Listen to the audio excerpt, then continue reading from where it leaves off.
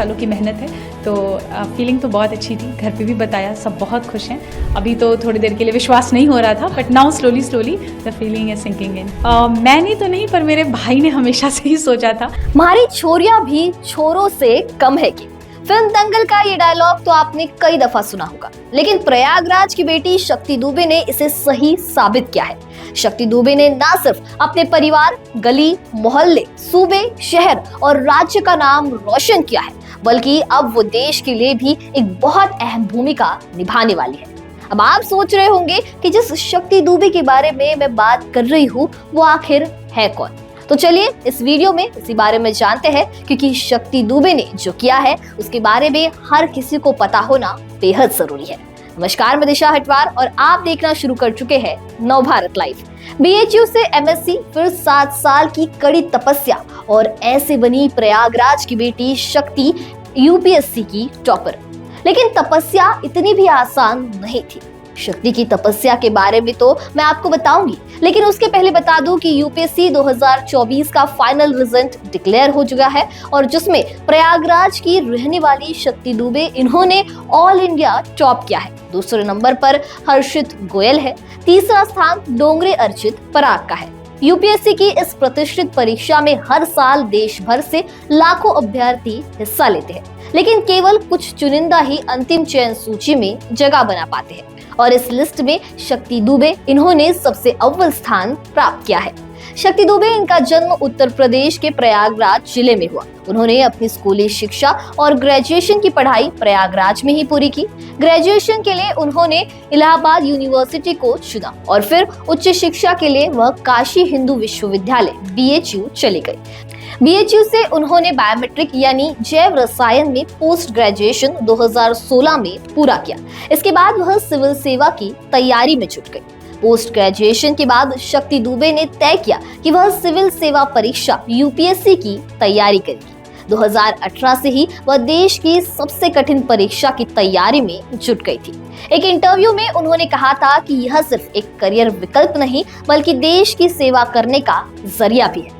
एक अकादमी के साथ इंटरव्यू के दौरान जब शक्ति से पूछा गया कि जैसे अयोध्या को श्री राम के लिए और काशी को भगवान शंकर के लिए देखा जाता है, वैसे ही प्रयागराज को किस पहचान से देखा जाता है, इस पर उन्होंने बड़े गर्व के साथ कहा कि प्रयागराज की पहचान त्रिवेणी संगम से है, जहां गंगा, यमुना और अदृश्य सरस्वती मिलती है। यह धार्मिक और सांस्कृतिक दृष्टि से एक अत्यंत पवित्र स्थल है।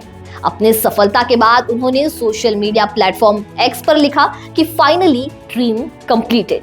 बता दें कि सिविल सेवा परीक्षा 2024 पिछले साल 16 जून को आयोजित की गई थी। इस परीक्षा में कुल 9,92,599 प्रत्याशियों ने आवेदन किया था, जिनमें से 5,83,213 प्रत्याशी परीक्षा में शामिल हुए। इसमें से कुल 14,627 प्रत्याशी लिखित यानी मेन परीक्षा के लिए पास हुए।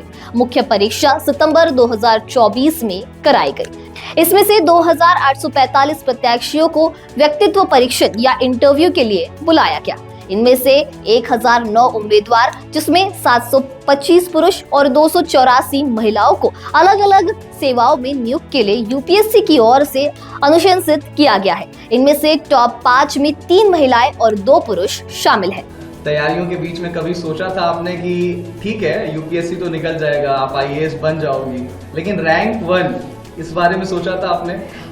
मैंने तो नहीं, पर मेरे भाई ने हमेशा से ही सोचा था। लास्ट ईयर भी जब मैंने इंटरव्यू के बाद I miss the cut off by 12 marks, उसने यही कहा था कि तुम चिंता मत करो, तुम फिर से लिख जाओगी, you will again clear it, और तुम्हें भगवान ने रैंक 1 के लिए ही बचा के रखा है। एंड आई थिंक आज उसकी बात सच भी हो गई कहीं ना कहीं। सो हाँ, ये भाई ने मेरे कहा था, मैंने तो कभी नहीं सोचा था। सबको मालूम था कि आज रिजल्ट्स आने वाले हैं। आपने भी मतलब अंदाजा लगा करके रखा होगा कि ठीक इस समय मैं लैपटॉप खोल करके बैठूंगी और UPSC की साइट पर जाना है, चेक करना है। लोगों के भी एंटिसिपेशन होंगे कि इस बार शक्ति क्लियर कर लेगी। जैसे ही आपने अपना नाम देखा, किसको पहला फोन किया, कितनी खुशी अंदर से, क्या कुछ निकल करके आया, किसको किसको फोन किया? हाँ, एक्चुअली सुबह से ही आज था कि रिजल्ट आ जाएगा एंड वी न्यू कि 1 o'clock से 2 o'clock के बीच में आना है। तो पहले तो मैंने कोशिश की कि मैं फ़ोन साइड में रख के सो जाती हूँ, बट वो हो नहीं पा रहा था। एंड जैसे ही रिज़ल्ट का PDF अपलोड हुआ और मैंने डाउनलोड किया, तो मुझे सबसे पहले मैंने पापा को फ़ोन किया, पापा को बताया, उसके बाद मम्मी को फ़ोन किया। उसके बाद मुझे इंस्टीट्यूट से ही कॉल आया था, जब मैं काफ़ी घबराई हुई थी कि सर पता नहीं PDF गलत है या फेक है। सर ने फिर बोला नहीं, हमने आपका रोल नंबर क्रॉस वेरीफाई किया है, आप ही का रोल नंबर है। तो that's when finally I accepted कि it's done, it's happening. Hindustan में हर एक युवा का सपना होता है, 12वीं तक तो कम से कम होता ही है कि उसे UPSC क्रैक करना है। और उत्तर प्रदेश और बिहार, आप तो उत्तर प्रदेश प्रयागराज की धरती से आती हैं। आपने इंटरव्यू के दौरान भी, जो मॉक इंटरव्यू मैंने देखा, उसमें प्रयाग से रिलेटेड क्वेश्चन पूछा गया था। तो प्रयाग को लेकर के क्या कुछ मैसेज, और उन तमाम जो एस्पिरेंट्स हैं जो आपकी तरफ आज देख रहे हैं, उनको क्या मैसेज देना चाहेंगे? प्रयागराज तो मेरी जन्मभूमि भी है, so it's always very close to my heart. I think that place has played a lot of role in shaping me who I am. I think aspirants की बात करें अगर, तो हर बच्चा आई थिंक अपने एंड से तो पूरी कोशिश ही करता है। थोड़ी सी कमियां हैं जो अगर इंसान में रह जाती हैं, जिस वजह से मे भी हम चूक जाते हैं किसी पर्टिकुलर अटेम्प्ट में। What we need to do is just reflect back, क्या गलतियां हों उस पर काम करेंगे। वरना ये हमेशा दिमाग में रखना है कि UPSC सिर्फ एक एग्ज़ाम है, it's not more than life, not anything more important than your life it is. So I think ये चीज़ें हैं जो बच्चों को अपने दिमाग में रखनी चाहिए। मम्मी पापा से बात हुई? जी हाँ, बिल्कुल, सबसे पहले उन्हीं से बात हुई। हाँ, और आज कोई मंदिर जाने की तैयारी है? ढोल नगाड़े कुछ बज रहे हैं घर पे? मंदिर तो मैं आज सुबह ही होके आई यहाँ पे, तो इसलिए हाँ डेफिनेटली इसके बाद मैं यहाँ से निकलूंगी तो मंदिर ही जाऊंगी। अच्छा, ये आपका 5वां अटेम्प्ट था? 5 अटेम्प्ट्स आप, मतलब ये 5वां अटेम्प्ट था, 4 एग्जाम्स आपने लिखे। फेल्योर को कैसे हैंडल किया जाए, एक मैसेज?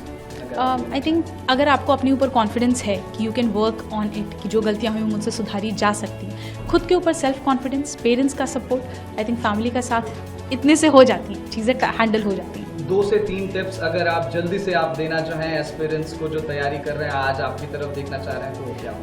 बहुत ही minimum number of book list होनी चाहिए। प्रीवियस ईयर क्वेश्चंस और सिलेबस का हमेशा गाइडेंस लेकर चलना चाहिए। And I think enough number of mocks practice करना भी बहुत ज़रूरी है, so that you get used to the exam conditions जो UPSC को रिक्वायर। खैर, शक्ति दुबे की सफलता उन सभी युवाओं के लिए एक प्रेरणा है जो सिविल सेवा परीक्षा की तैयारी कर रहे हैं। उन्होंने यह दिखाया है कि यदि मेहनत और सही रणनीति साथ दे तो सफलता हासिल की जा सकती है। शक्ति दुबे अब भारतीय प्रशासनिक सेवा IAS में शामिल होकर देश सेवा कर सकती है और निश्चित रूप से अपने काम से राष्ट्र निर्माण में महत्वपूर्ण योगदान देगी। शक्ति दुबे की ये कहानी आपको कैसी लगी, हमें कमेंट सेक्शन में जरूर बताइए।